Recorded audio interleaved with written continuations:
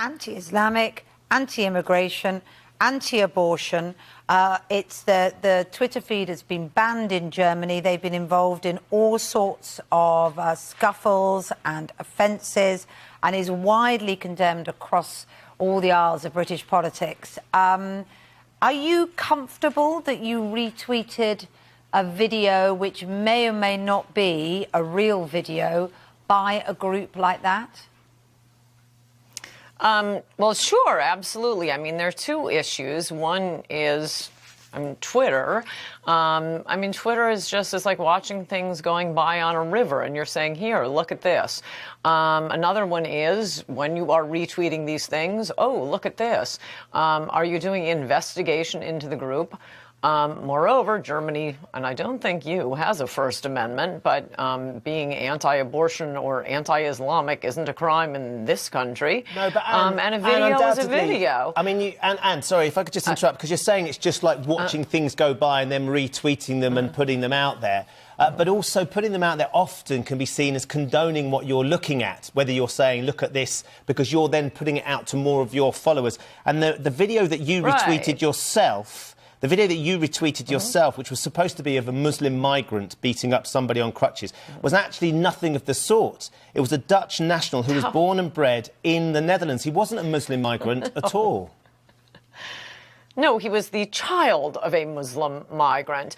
And look, these are videos. It's not like I'm swearing to the veracity of these people, though I'm not as, horrified by someone who's anti-abortion you should be, though, Anne, in your position of influence with all these people that listen to you. Don't you think that you actually have a duty to make sure you can swear to the veracity of these people? Well, what I was going to say is, look, if this were 1941 and someone produced a video of, from Germany of Jewish men with their bones sticking out, I wouldn't really care if one of them, that's not really actually a Jew in a concentration camp. That's an Argentinian in something else. I mean, we're in the middle of a worldwide jihad. These are important videos of the ones that Trump tweeted. Yeah, they were all Muslims. And the big claim is, but this one was born in the Netherlands. He's as Dutch as Van Gogh. No, come on. This is what the issue is.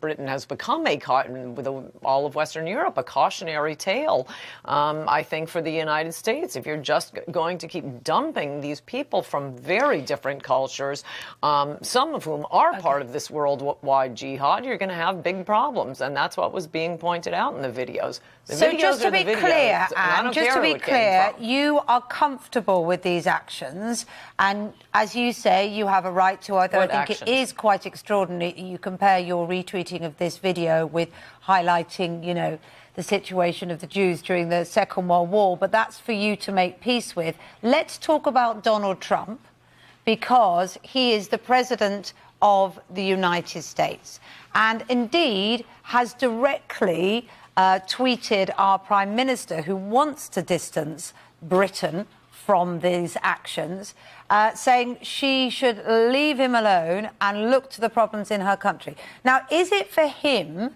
he of all people who's been so critical of fake news, to be retweeting unverified videos which are at the very least inflammatory? Well, you keep talking about these unverified. I don't know what you mean by verified. It's photos, and to just brush off, comparing that, I'll make peace with comparing this to the Nazis. Well, no, I tell you why it's unverified. I tell you what I mean by that. It's because you can film two people fighting, can't you? And it's a video of two people fighting. Or does Theresa just May? One second, because you challenged me about my questions. Let me explain. You can film two people fighting, and it's a video of two people fighting. You can then layer it, as Britain first does, with turning it into a political thing, that it's a Muslim attacking a white person who's presumably non-Muslim, and then it becomes a whole different thing. So, yes, the video does stand, but what is surrounding it and what is being pushed out by this group means something very different.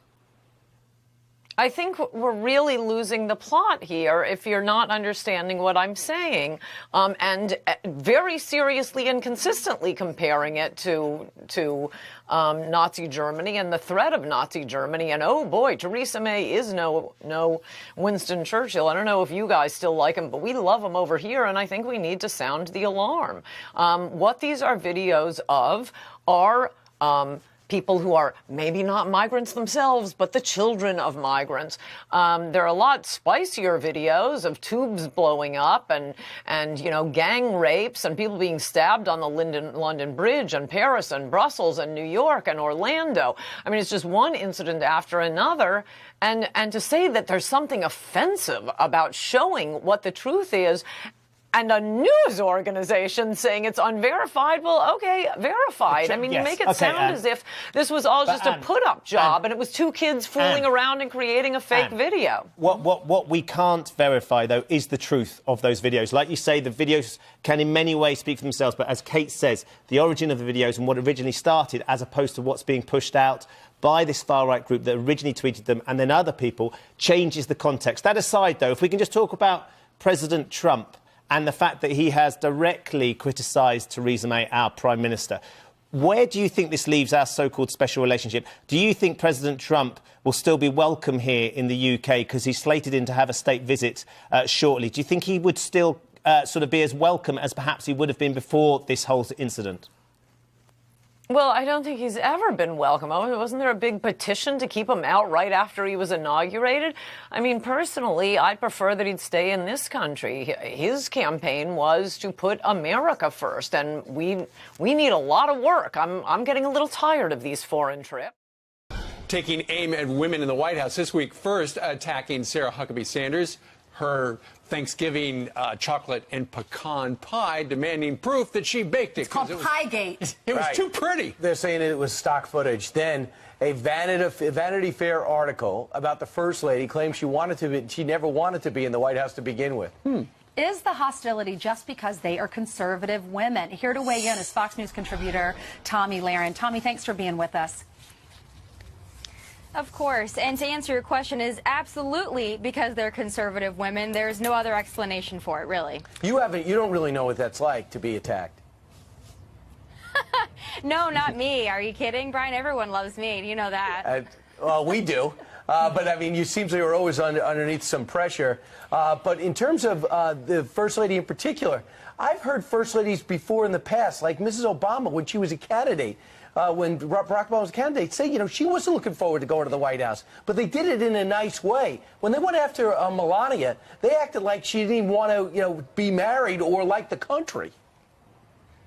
Well, they go after Melania for everything. They go after Sarah Huckabee Sanders for everything. They go after Kellyanne Conway and Ivanka Trump for everything. And I've said it before, but I'll say it again. If any of these women, and Hope Hicks is included in that list as well, if any of these women were on the left or campaigned for Hillary Clinton, they would be on the cover of every magazine in this country and around the world. They would be lauded as feminist icons. But because they're conservatives, they're not given the same credit. And they're also ridiculed and attacked for their pies, for their shoe choices at a hurricane site, for every single thing they do, from their looks to their intelligence, and it's sick. Doesn't it go against everything that these women are preaching, though? They're preaching acceptance and tolerance for all, and women should make the same amount of money as men, but yet they're attacking these women who are big leaders in the White House just because they don't agree with them politically?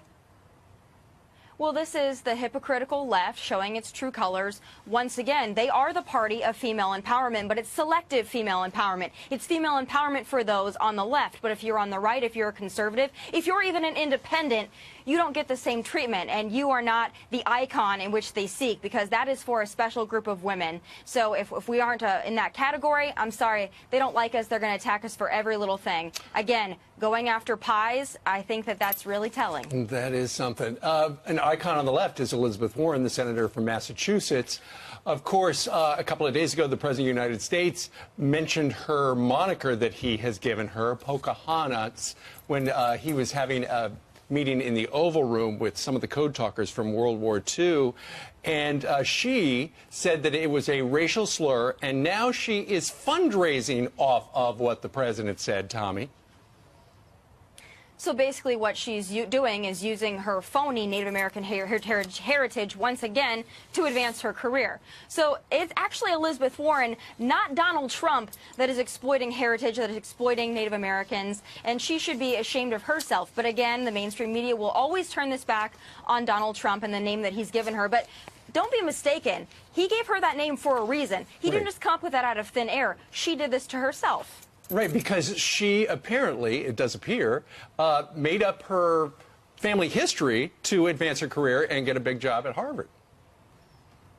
Oh, of course she did. And then afterwards, when questioned about it, she started telling stories about how her family had high cheekbones. I mean, if we're going to talk about exploiting Native American heritage, going back and telling stories and then trying to cover up for a lie that she apparently told, that's just sick, it's sad, and it's wrong. And now she's fundraising off of it. But guess what? If this is what the left has to offer in 2020, I really like our chances. Meanwhile, let's talk about Liberty University. I've had a chance to speak there.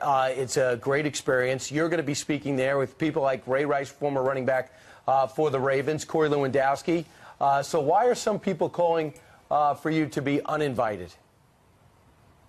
Well, this is really the disease that's infecting college campuses around the country, and that is not wanting to hear things that they don't want to hear, not wanting to hear people speak with whom they disagree, and that's a problem. I think we need to invite free speech on college campuses, and, you know, I'm looking at someone like Ray Rice, who I might not agree with, who, of course, has a checkered history and a checkered past, but he should absolutely be allowed to speak. I should be allowed to speak, and this is what we have to invite more of on college campuses, is differing viewpoints, differing opinions, and we need to have these college students be exposed to things that they might not be exposed to if they're watching, you know, other mainstream media networks. Liberty will like your message, so I don't understand the pushback at all. You know, I mean, this is just commonplace, though. It's me, it's Ben Shapiro, it's any conservative that comes to campus. They're always going to have a fit about it. And I even look to some conservatives that are upset because of some of the opinions that I've had in the past that don't want me to speak. And I say this to conservatives. If we are not going to be the side or the party that stands up for free speech, who will? No one will. So we have to maintain our integrity in that area, and we have to invite, encourage, and we have to make sure that free speech is always welcomed on college campuses, especially. All right, Tommy, well, thank you very much for taking up our invitation to come and speak your mind right here on Fox and Friends on this Wednesday. Anytime. See you guys soon. Yeah.